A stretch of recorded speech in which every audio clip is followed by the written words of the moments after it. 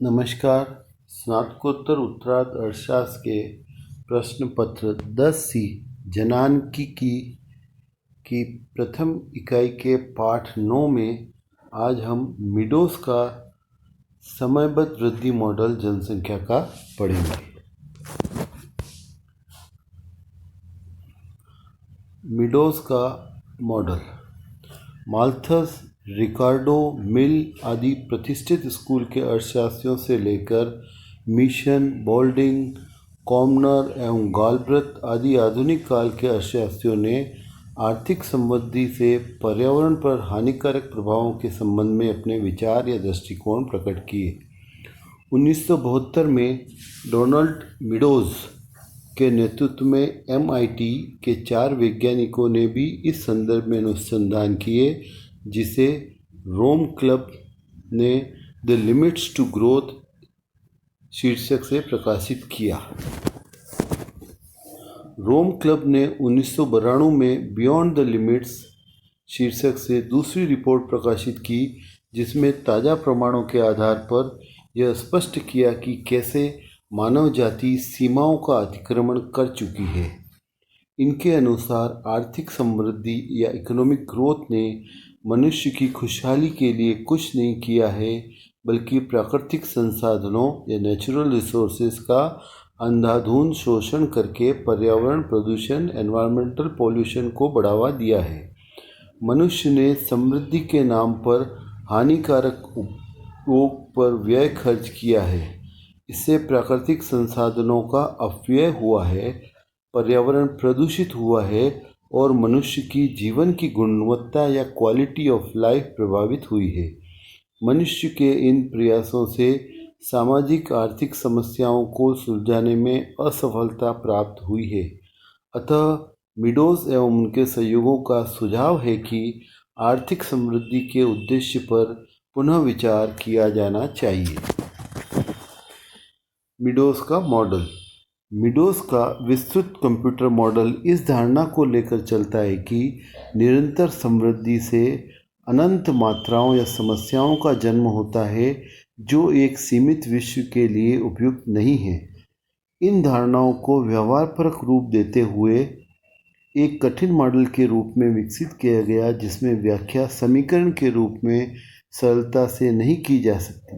Meadows model का धारणात्मक आधार Malthus का यह प्रसिद्ध कथन है कि प्रकृति की मेज सीमित अतिथियों के लिए है। जो भी बिना बुलाए अतिथि के रूप में आएगा, निश्चित ही भूखे मरेगा। मीडोज का विस्तृत कंप्यूटर मॉडल प्रमुख रूप में 5 चरों पर आधारित है।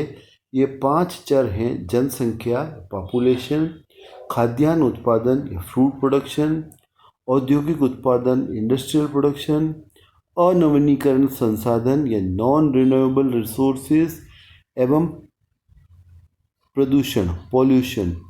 मीडोज मॉडल के इन 5 तत्वों या चरों में रेखीय संबंध न होने के कारण इन चरों एवं उनके गुणांकों की गणितीय व्याख्या सरल नहीं है।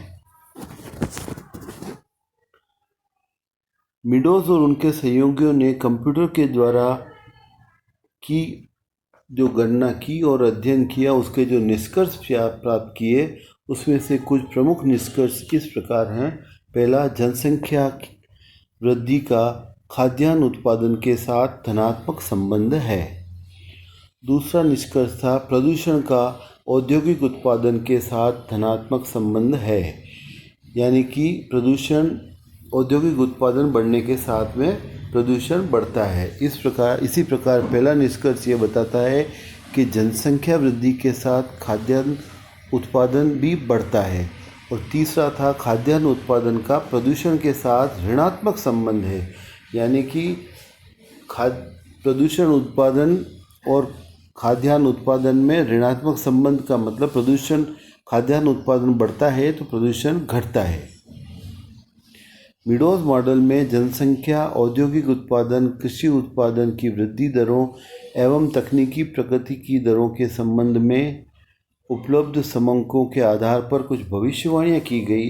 इनमें से नए संसाधनों का उपयोग, कृषि उत्पादकता में वृद्धि एवं प्रदूषण नियंत्रण संबंधी निर्देश प्राप्त होते हैं। तो मीडोस मॉडल की जो प्रमुख भविष्यवाणियाँ थी वो इस प्रकार है। मीडोस एवं उनके सहयोगियों द्वारा निर्मित कंप्यूटर मॉडल के विश्लेषण एवं अनुसंधान में निम्न भविष्यवाणियों पर प्रकाश पड़ता है। पहला, चरों में घातांकीय वृद्धि या एक्सपोनेंशियल ग्रोथ। भविष्य में विश्व की जनसंख्या, खाद्यान्न उत्पादन तथा औद्योगिक उत्पादन में घातांकीय वृद्धि या एक्सपोनेंशियल ग्रोथ होगी। यदि इस घातांकीय वृद्धि को न रोका गया तो भूमंडल में विनाश का दृश्य होगा।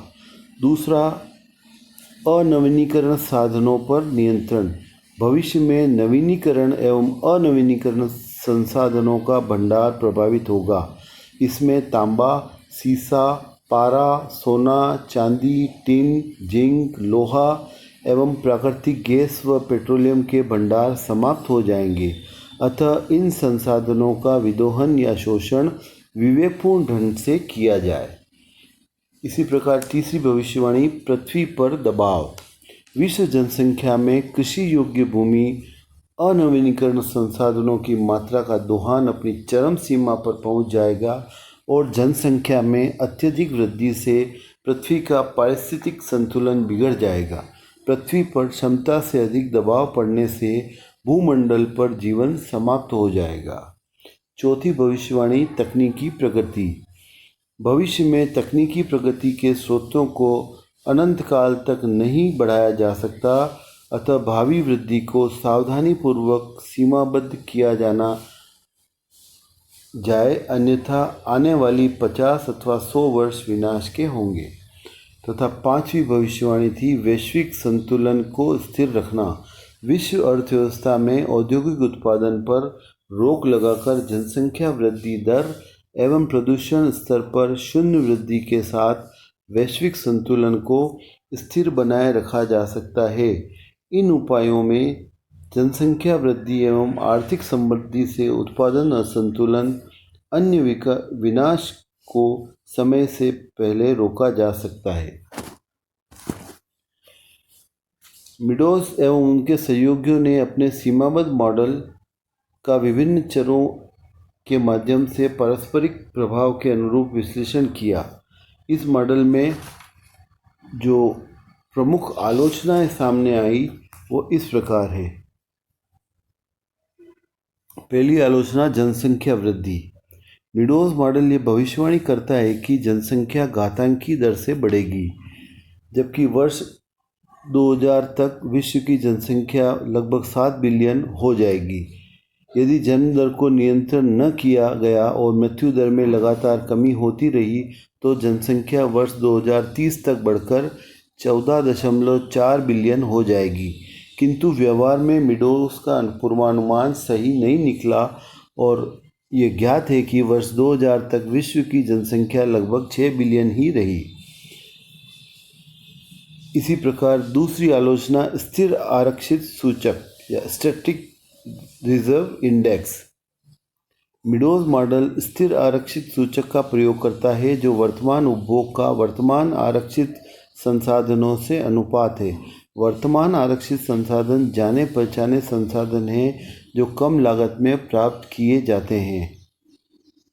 मॉडल में यह माना गया है कि उपलब्ध संसाधनों में किसी भी प्रकार का वृद्धि नहीं होगी तथा भविष्य में संसाधनों का वार्षिक उपभोग वर्तमान स्तर पर निर्भर है। किंतु स्थिर आरक्षित सूचक में त्रुटियां हैं क्योंकि यह दुर्लभ संसाधनों का प्रचुर संसाधनों के साथ प्रतिस्थापन की संभावनाओं पर विचार नहीं करता। इसी प्रकार तीसरी आलोचना की जाती है तकनीकी प्रगति के बारे में।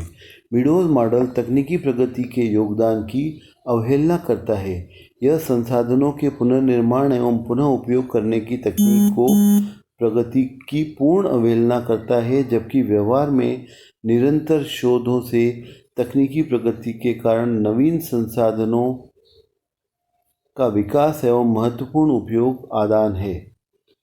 चौथी आलोचना, खाद्यान्न उत्पादन, फूड प्रोडक्शन। मीडोस मॉडल यह मान लेता है कि कृषि योग्य भूमि सीमित मात्रा में है तथा भविष्य में खाद्यान्न उत्पादन में कमी आएगी। किंतु आधुनिक विचारक प्रोफेसर एच काहन का मत है कि जब भी विश्व निश्चित सीमाबद्ध वृद्धि की अवस्था को पार कर जाएगा, नवीन अथवा वैकल्पिक प्रौद्योगिकी सभी सीमाओं को हटा देगी और खाद्यान्नों का उत्पादन बढ़ जाएगा। पांचवी आलोचना, पर्यावरण प्रदूषण। मीडोज मॉडल में यह मान लिया गया है कि कृषि और औद्योगिक क्षेत्र में वृद्धि तथा आर्थिक विकास के साथ प्रदूषण का स्तर घातांकी दर से बढ़ेगा, जिससे मानव के जीवन स्तर और उसके अस्तित्व पर प्रतिकूल प्रभाव पड़ेगा।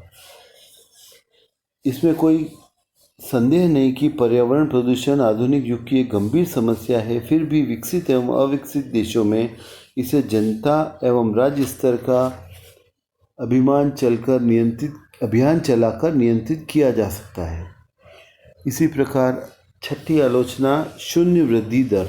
मीडोज का सीमाबद्ध मॉडल प्रदूषण के स्तर को कम करने के लिए शून्य वृद्धि दर की नीति का सुझाव देता है, किंतु विकास समर्थक अर्थशास्त्री इस नीति का विरोध करते हैं। अंतिम आलोचना की जाती है कीमत प्रणाली के बारे में, प्राइस सिस्टम। मीडोज मॉडल कीमत तंत्र तथा बाजार पद्धति की अवहेलना करता है। मॉडल यह भविष्यवाणी करता है कि अनवीनीकरण संसाधन अत्यधिक आर्थिक समृद्धि के कारण अविवेकपूर्ण विदोहन से समाप्त हो जाएंगे, जबकि आशावादी अर्थशास्त्री इसको नहीं स्वीकारते। इन अर्थशास्त्रियों के अनुसार संसाधनों की दुर्लभता के कारण उनकी कीमतें बढ़ेगी, जो विभिन्न माध्यमों से होगी।